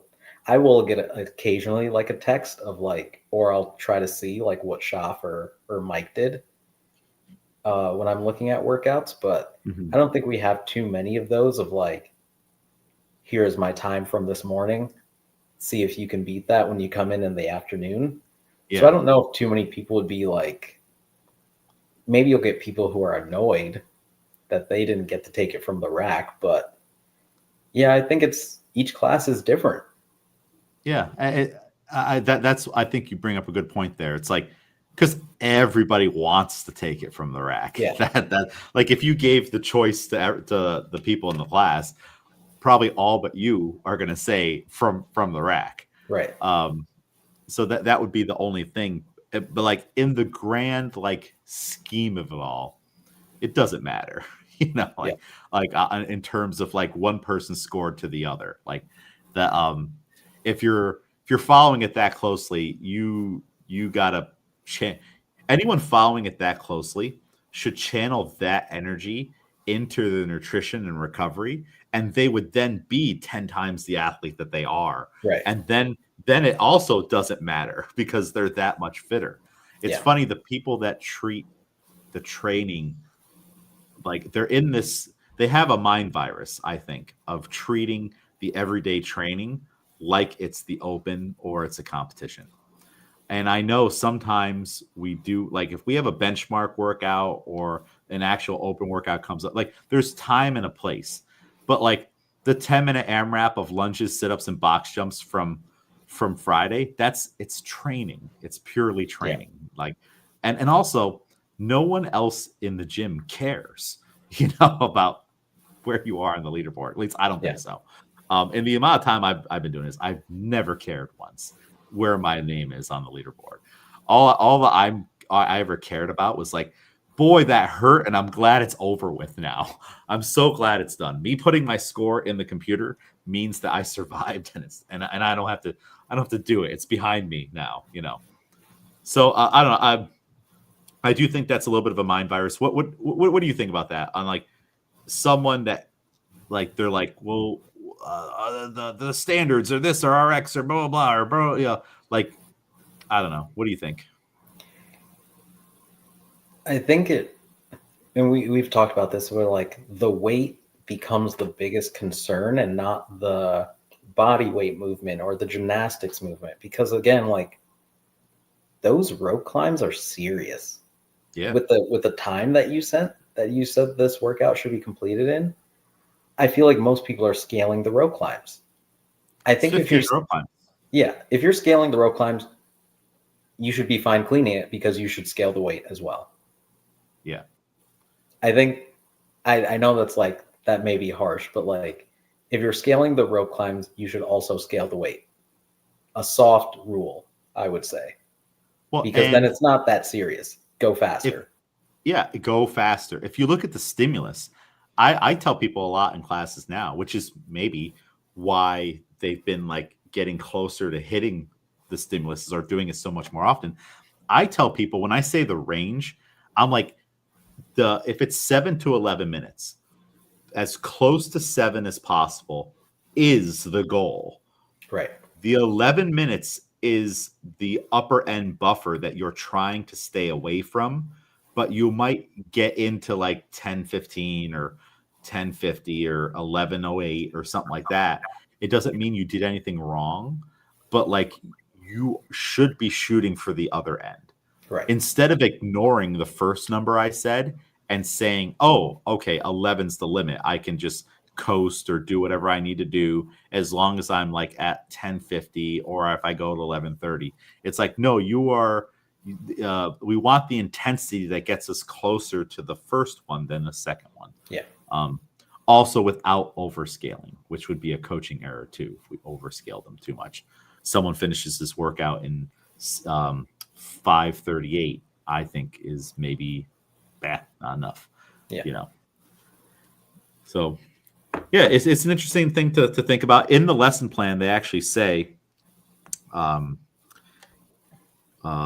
the other considerations part, use racks for the front squat if you are able. Otherwise, review the power clean and warm up and have athletes take the barbell from the ground. So they don't even have squat clean in there. They're like, all right, power clean it because that's just because what again, more simpler movement. Even though we'll have people at our gym ask, does it count if I squat clean the first one? But it's funny. It's like out of when people actually go to do that, I wonder what it actually is. So when the group of people asking, let's say it's 10 of them, they're like, hey, if I squat clean the first one, does that count for a front squat? How many of those people do you think when they go to do the squat clean get below parallel and they're proficient enough to make it happen? I think the number is lower than we think. Right. I've seen people who've asked who never attempt it. That too. I think people know. Because again, I think that is one of my things where it's like I think it's almost like a barbell club thing. Because I can only imagine me or Shaf doing that. Yeah. Because even like Mike hates to go directly into a squat clean. He much rather prefer do a power clean, get fully set, and then start squatting. Whereas, I think only like me and Shaf would realistically do that as like the first rep every time. It's like a romantic idea of, oh, I'll squat clean the first one. But it's also maybe a way out too, because I'll see people and it's the people that ask, they don't get below parallel. It's a deep power clean. And then the front squats might default to that catch level, or they might be lower. So it's like you just got away with murder on rep number 1. Yeah. It's an interesting thing. And I don't know if it's like an out or an easy way out that those people have figured out. Although you'll be surprised the things that people figure out to get away with stuff. But it might just be a subconscious thing of this romantic idea of, if I squat clean it, it's a free rep. It's an easier rep type of thing. And I've been there, like during Fran. All right, I'm going to squat on the 21s. I squat clean the first one, and then I did my thrusters. For the 15, when I get back to it, it's like, no way. It's not even a power clean. It's just like a muscle clean just to get it up here because I don't want to do anything else. That idea of squat cleaning it on the 15s and 9s goes right out the window when the intensity ramps up. It's similar to like I always ask this when it comes up in the open of the of that first rep where you don't even open up. You can't even really call it a clean. You're already down and you just throw it onto your shoulders from the bottom. And it's like, I'll do that for the 21 and then you'll never catch me doing it again. Like, it's cool to start off with, and then you're like, I can't do that. That's ridiculous. Well, so I'm glad you brought that up with the open. I think most of these things come from the open. For sure. And so these like little viruses, and then people get caught up, on those details and those things. And it's like, you know what? Wait a minute.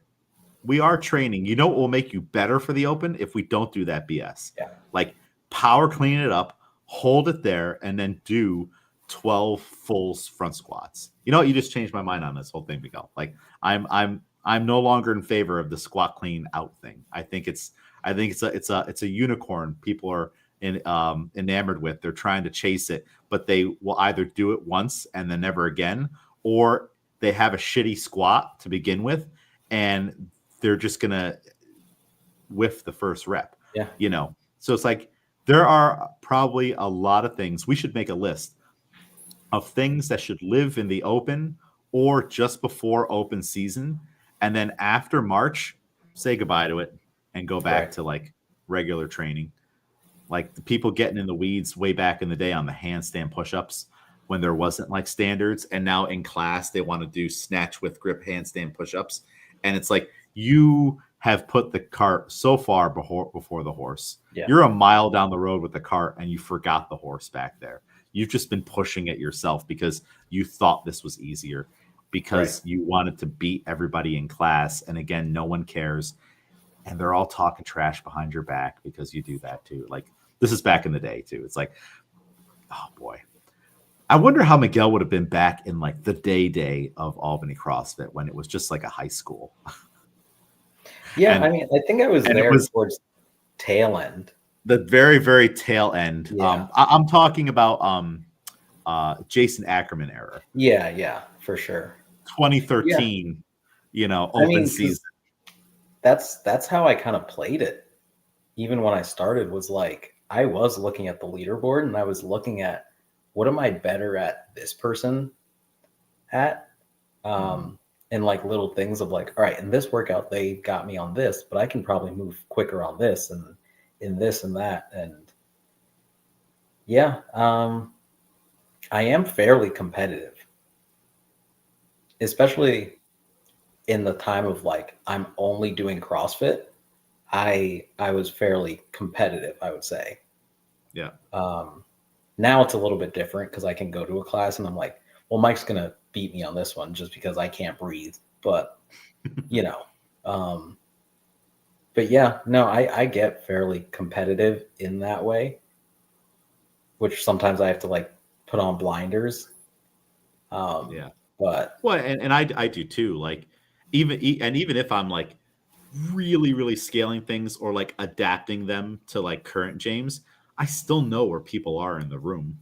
Like yesterday, I had full awareness of I'm like, wow, Mike Swider is on the wall balls now, and like I got there just after him, but I had noticed how quickly he finished the burpees, and I'm like, wow, he smoked those burpees, and the bike's going to take me a little bit longer to get to the reps I was doing. And I got to the wall balls after him, and now in the back of my head, I'm like, well, I'm going to try to beat him off the wall balls. Yeah. He's doing more reps, but I got there late. I'm going to see if I can get to the thruster station before him. And then that is like a little bit of a catch up. And then now I'm doing my thrusters differently than him, but we're both on the thrusters. I'm going to try to get to the toes to bar before him. Now I'm in the lead, so to say. And it's just making me move quicker and a little more deliberately. Yeah. We're doing two different, like vastly numbers of reps and modifications and stuff like that. But like, it's just like a carrot for me to chase, and he's the only person I did that with. But like, I like to also practice when I'm in class on like being able to sense where someone else is in the room, so to say. It's like, because I never want to lose that skill. And also you use that skill when you're coaching, when you're like, everyone else is still going. How are you not on this? Did you do all the reps? It's so, you know, like the way you count things and the way you can like sense someone from across the room and like you see someone move on and like a flag goes off in your head. Should they be moving on yet? And then you look at the clock and you're like, I don't know about that. Let me go over there and find out what's happening. So like I'll do Yeah. that in the workout. I'm like, how did he beat me to to the next station? You know, Right. and you're not thinking that they're doing anything nefarious. It might even be like, whoa, what do I have?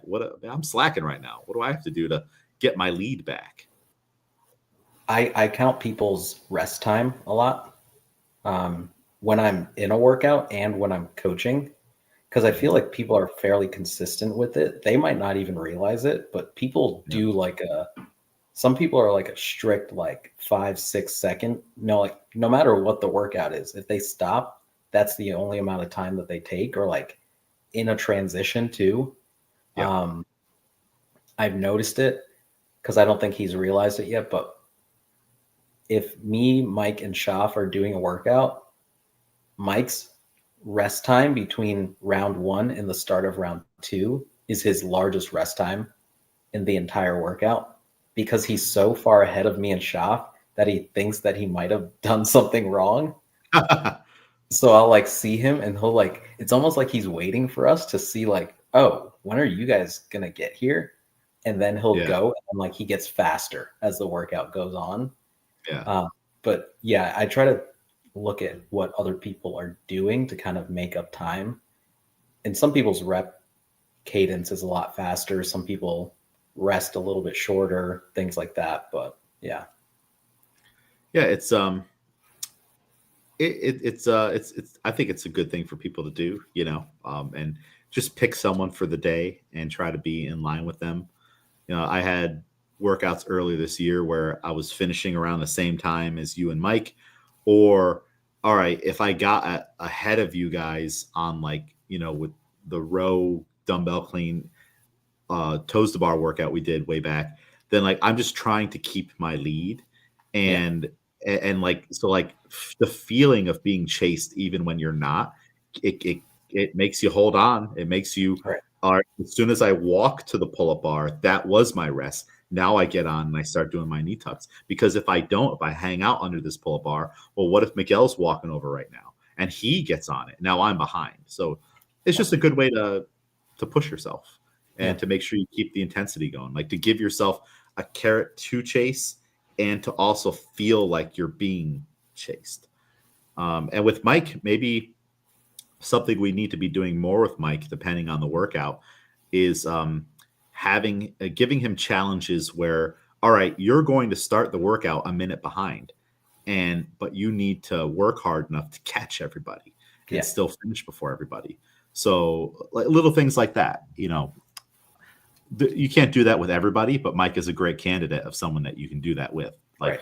have him on a delayed start and give him the challenge of catching everybody else. And then you can even put it out there to the group. Mike is starting behind.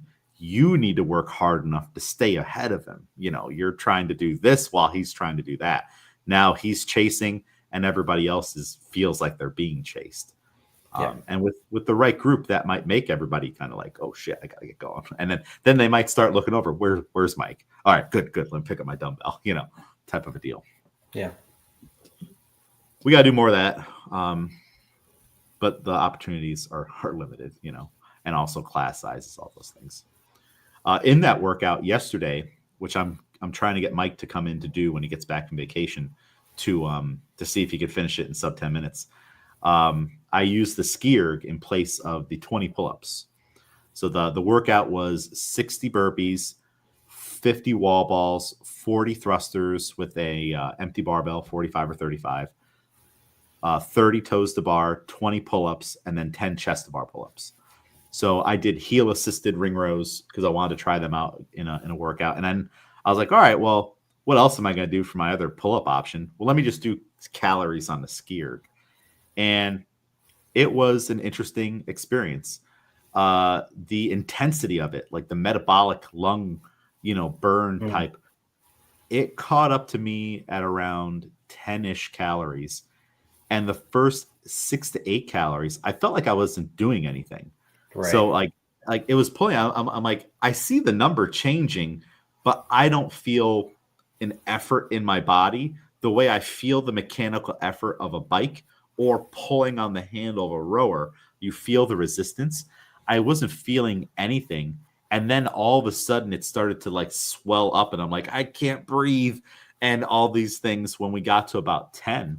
And then I think I stopped at 12 or so, and then I did another set of calories, and then I stopped at 16 because like that feeling like kept getting exacerbated, the intensity, of course the rest of the workout was probably like playing its part, but I didn't feel that metabolic burn on any of the other stations, but this one like it ramped up, and there was like no warning to it that coming, and nothing that I could feel.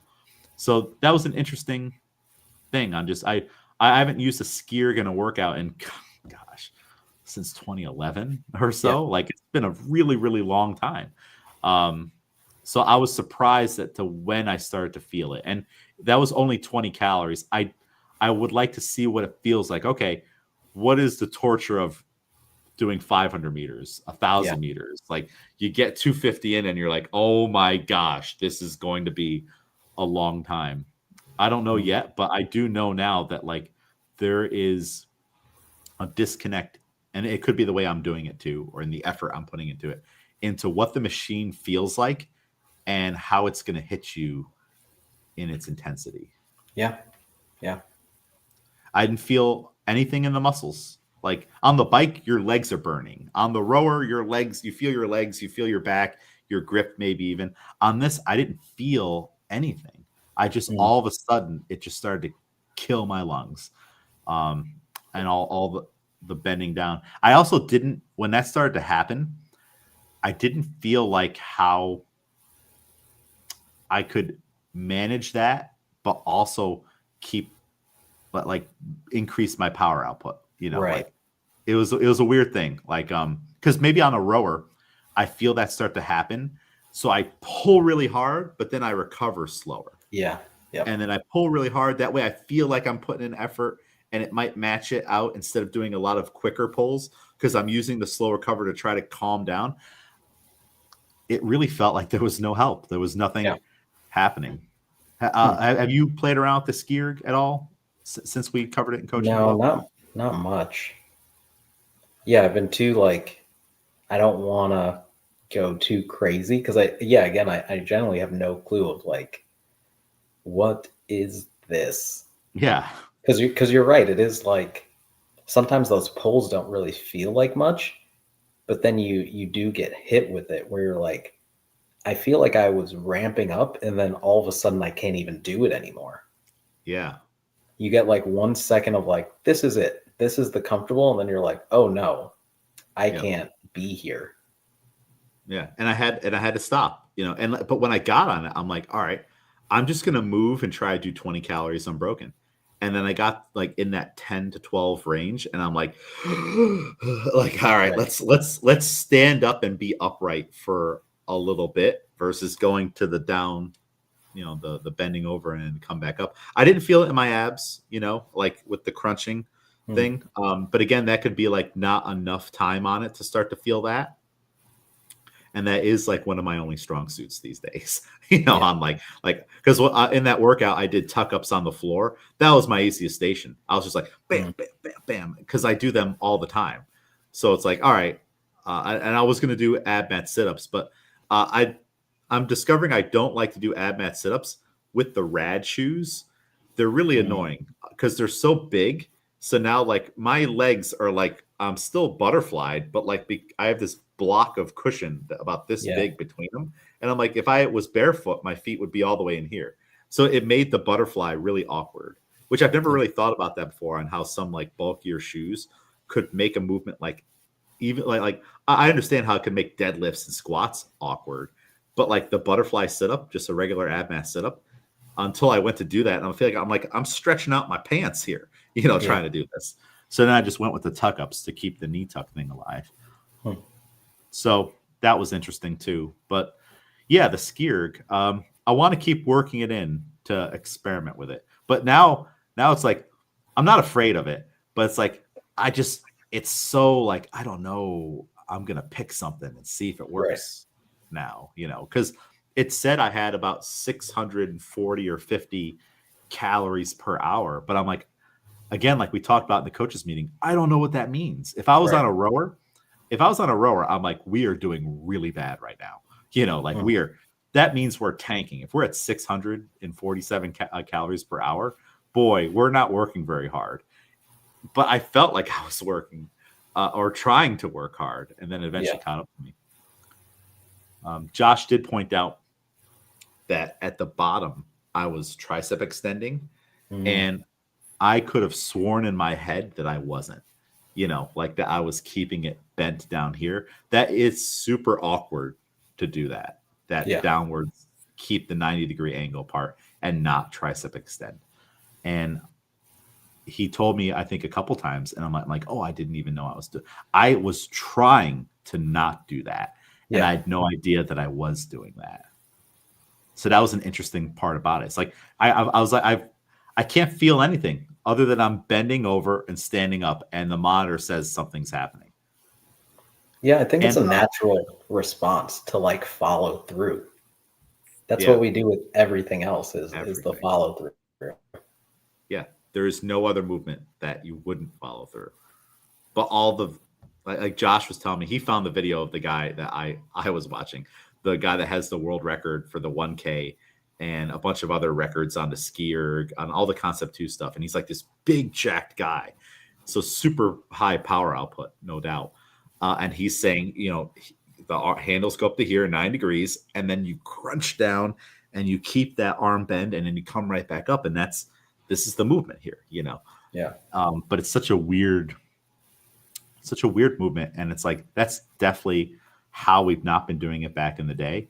And remember, one of our rowers has a sticker on it that says not to do one of the things that's like the modern technique now, which is Right. so funny. That's so funny. What was the sticker on? Was it the full extend or the arm bend?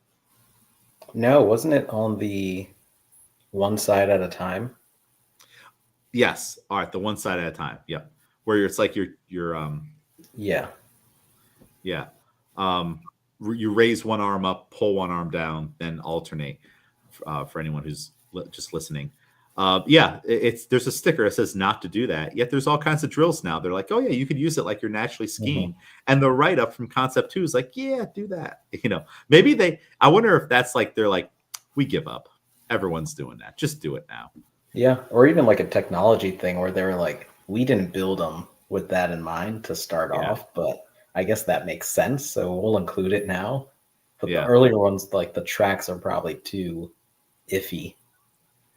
Yeah, they do look like two vastly different machines. Like Yeah. you're seeing a SkiErg from probably 2010 or before, and then you're seeing one that like it's literally fresh out of the box a couple months ago, and the technology is different. I think you guys noted it felt different too, right? Someone say that? Yeah, I didn't feel the difference as much, but Josh said that he definitely felt the difference. Mm-hmm. That the blue one was harder. I think that's what he said. Mm. And even the handles were awkward. They I tried to hold it so the round base was here by my pinky, like that just felt intuitively I would pull through that, and they kept turning in my hands. I think it's the other way. The Yeah, other way, because I think it's supposed to cover like your palm more. the base here. Yeah, so the part that like juts out should be back facing you, it seems, Oh, ooh, so that you can get more of your hand on it. yeah, maybe that's why. See, I was just grabbing them, trying to Yeah. whatever felt normal here, but that's like another thing. It's like, all right, I got to learn the right way to hold on to this thing. So Yeah. it remains a new cool toy to like learn about and try. I didn't get anyone to try it in class. I was going to, but I didn't. I feel like I just didn't have the perfect workout to do it with. There was that one shuttle run and rowing workout, but then I'm like, all right, if it messes with the shuttle runs and we're not getting that part of the stimulus because I don't know what I'm doing yet with the Yeah. SkiErg, Yeah. it's going to defeat the whole thing. Then I just have you on it for the sake of having you on it, you know. So the search for a better workout continues. Yeah. So cool. Well, Miguel, any other thoughts on anything coaching related or any of the topics that we talked about? No, not really. I guess, yeah, new week, we'll figure out how things are changing. It's a new season. People do different things, have different goals. So, yeah, Yep. we'll see. Yep. And then we're 3 weeks out from the New York State Championships. Oh boy. Yep. That's a whole other show. We're getting there. Yep. We're gonna start to taper a little bit, like not completely, but we got to change things. We got to move those squats to the end.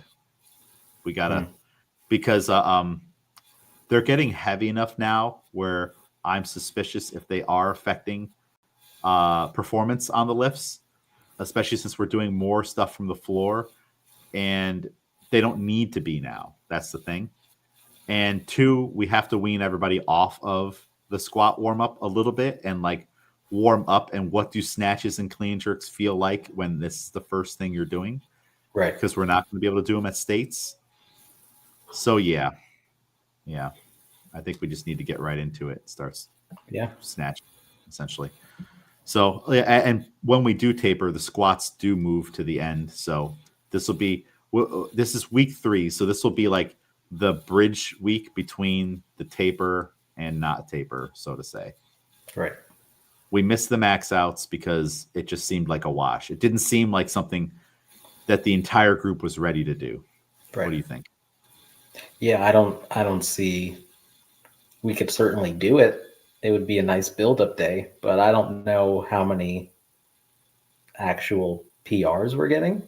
And maybe, maybe we shouldn't expect that every time, but yeah. No, you can't expect it anytime. It didn't seem worth it. Last week, we would have gone for maxes on the front squat and the back squat in the normal progression of things. And then I was just like, those of you who have been squatting are in a certain way, and others haven't been squatting, which maybe we could squeak out a PR there. But is a back or front squat PR valuable at all right now?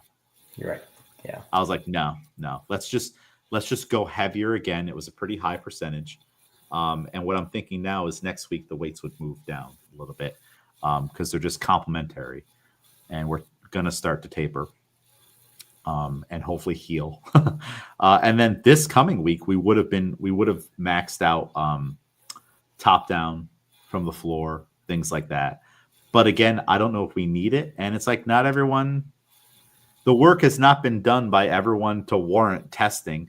And for those of you who have been doing the work, we're a little beat up right now. And I don't know if it's worth it for the body and the mind to go for, what do you think? Where it says 1 rep max, here's your PR. Yeah, maybe not in. Yeah, I think at this point, especially not just the regular lift from the floor, there's not enough gain from it. Because even if I did PR, like my top down, I would still be questioning what my max is just from the floor regular right now. So yeah. And it's like, you know what, maybe we'll save it for the meet, you know, like instead of like going for something big from the floor in training, all right, like we normally would, this is like important enough of a meet. It's like, let's just save it for that, you know, like when the energy's there, when the crowd's there, all those things. We'll see what happens. So all right, cool. A smidge of barbell club talk at the very end, all the CrossFit stuff. So Miguel, where can people follow you? Couldn't be Miguel on Instagram. Couldn't be Miguel. Follow me, James A. McDermott, Albany CrossFit Barbell Club, the Barbell Strikes Back. It's funny. I don't feel like these little second labels where you put your Instagram handle, they like weren't working last week, or at least it didn't work for me. Yeah. No, they pop in and out. Yeah, I don't get it. Sometimes they're there, sometimes they're not. So, but they're back. Cool. Well, Miguel, thanks for coming on. Good talk. And everybody, thank you for listening. We will talk to you again next week. Yep.